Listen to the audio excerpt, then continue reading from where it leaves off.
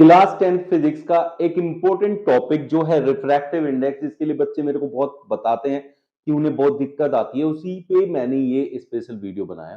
तो आप सभी आज इस सेशन को अच्छे से समझिए तो रिफ्रैक्टिव इंडेक्स आपको अच्छे से समझ में आ जाएगा। तो what do you mean by refractive index? Refractive index हमें एक रेशियो बताता है कि एक मीडियम दूसरे मीडियम से कितना डेंसर या कितना रेयरर होगा।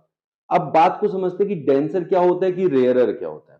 डेंसर मतलब जिसमें पार्टिकल ज्यादा पास पास होते हैं वो डेंसर मीडियम होता है, और जिसमें पार्टिकल्स थोड़े दूर दूर होते हैं वो रेयरर मीडियम होता है।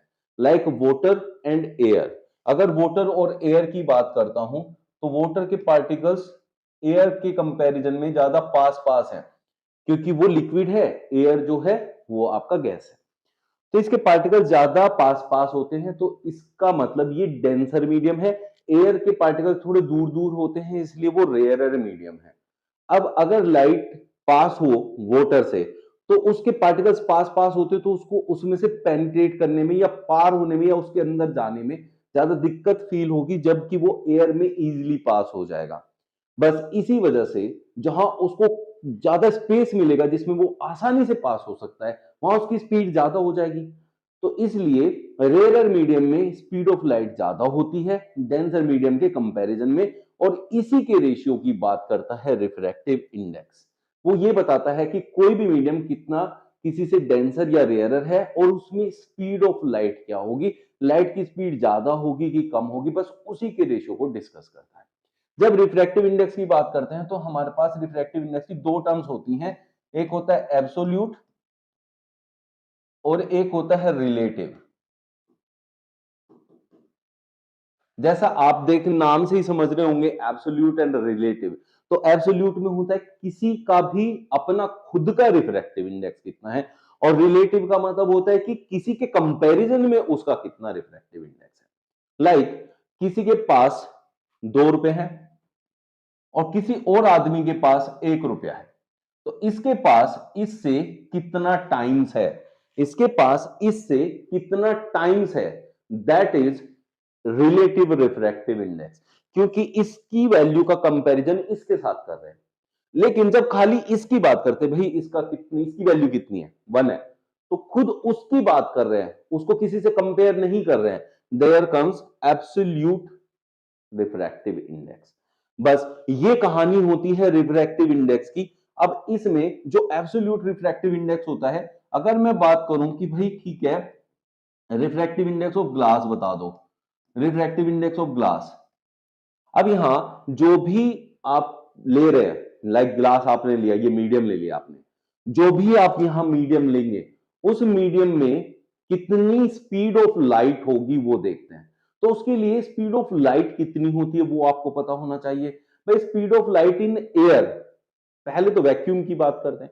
वैक्यूम में 3 × 10⁸ मीटर पर सेकेंड होती है, और एयर में ना उसके लगभग पास में ही होती है, बिल्कुल ज्यादा डिफरेंस नहीं होता, इसलिए एयर में भी 3 × 10⁸ मीटर पर सेकेंड ही उसको कंसीडर कर लेते हैं। अब एयर में जब भी स्पीड होगी लाइट की वो 3 × 10⁸ मीटर पर सेकेंड होगी, इस स्पीड से वो ट्रेवल करेगी।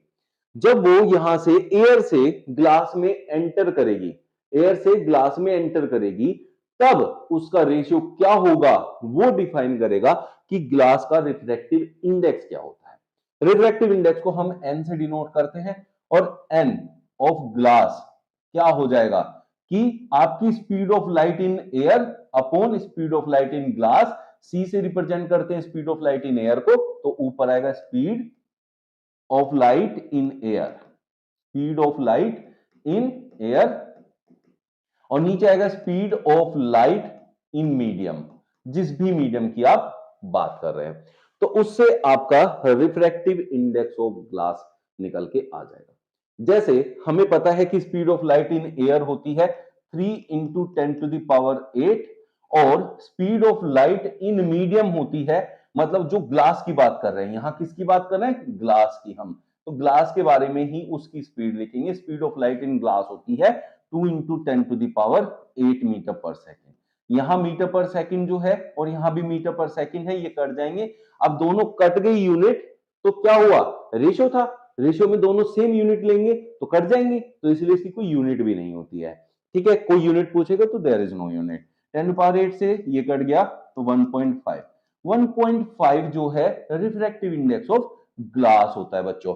तो यहां से ऐसे पता चला हमें, this is called refractive index. अब हम किसकी बात कर रहे थे? जब हमने एयर से कंपेयर किया, मतलब उसकी खुद की बात की, एक तरीके से ये कह सकते हैं, तब उसकी बात थी एब्सोल्यूट रिफ्रैक्टिव इंडेक्स की। तो यहां जो बात टोटल हमने करी वो ग्लास की करी है, तो this is absolute refractive index.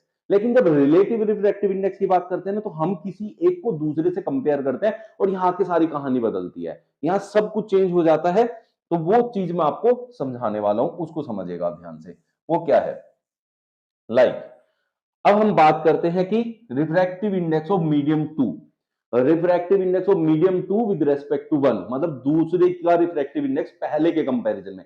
अब उसके खुद की बात नहीं कर रहे हैं, एयर से बात नहीं कर रहे हैं, हम कह रहे हैं कि भाई वो दूसरे से, जैसे एक बच्चे के 40% नंबर आए और दूसरे बच्चे के आए हैं कितने? 30%। तो हम क्या करेंगे, उस 30 वाले से कितना उसके ज्यादा है कंपेयर करते हैं ना। तो ऐसे एक दूसरे से जो कंपैरिजन है वो ही है रिलेटिव रिफ्रैक्टिव इंडेक्स। ठीक है, यहाँ कंपैरिजन चल रहा है, जो कि लाइफ भर सब करते ही हैं। रिलेटिव रिफ्रैक्टिव इंडेक्स में अगर हमने कहा रिफ्रैक्टिव इंडेक्स, देखिएगा ध्यान से, refractive index of medium two with respect to 1, ऐसे। तो इसको लिखा कैसे जाता है? पहले तो एन लिखेंगे और रिफ्रैक्टिव इंडेक्स जिसका चाहिए, मीडियम 2 का चाहिए, उसे यहां लिखते हैं, विद रेस्पेक्ट वाले को यहां लिखते हैं। Refractive index of medium 2 with respect to 1 will be equals to, आप कैसे लिखेंगे इसको?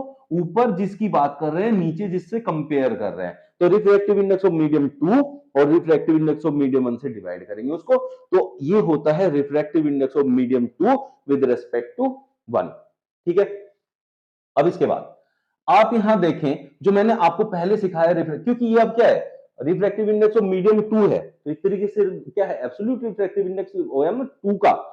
तो क्या बच्चों मैंने यहां सिखाया था? C अपॉन V सिखाया था। तो यहां क्या हो जाएगा? C अपॉन V2, क्योंकि इसका रिफ्रैक्टिव इंडेक्स अगर ये मीडियम 2 है तो मैं उसे उसकी वेलोसिटी 2 में ले लूंगा। N1 वाले को क्या लिखेंगे? C upon V1। ये इधर जाएगा और ये इधर जाएगा, तो व्हाट विल हैपन कि C से C कट जाएगा, तो ये बन जाएगा V1 अपॉन V2। ये होता है refractive index of medium 2 with respect to 1, जिसमें कि यहां क्या आ गया, velocity of light in medium 1 divided by velocity of light in medium 2। ये होता है रिफ्रैक्टिव इंडेक्स, जो कि रिलेटिव रिफ्रैक्टिव इंडेक्स है। ठीक है बच्चों, अगर मैं refractive index of 1 with respect to 2 निकालूंगा, तो आपको बिल्कुल साफ साफ समझ में आ गया, कैलकुलेशन से V2 अपॉन V1 आएगा। अब अगर मैं इनकी मल्टीप्लाई कर दूं, 1 अपॉन, सॉरी, यहां लेंगे 1n2 into 2n1 will be equals to, बच्चों क्या हो जाएगा, V1 upon V2 into V2 upon V1। ये कैंसिल आउट हो गया, चलिए 1 आ गया। तो रिफ्रैक्टिव इंडेक्स, अब अगर मैं कंपेयर करूं इसका, refractive index of 2 with 1 will be equals to 1 divided by, ये उधर चला जाएगा, तो refractive index of 1 with respect to 2, ये इसका रेसिप्रोकल हो गया एक तरीके से। तो इस तरीके से आप लोग समझ सकते हैं कि रिफ्रैक्टिव इंडेक्स एक्चुअली में होता क्या है।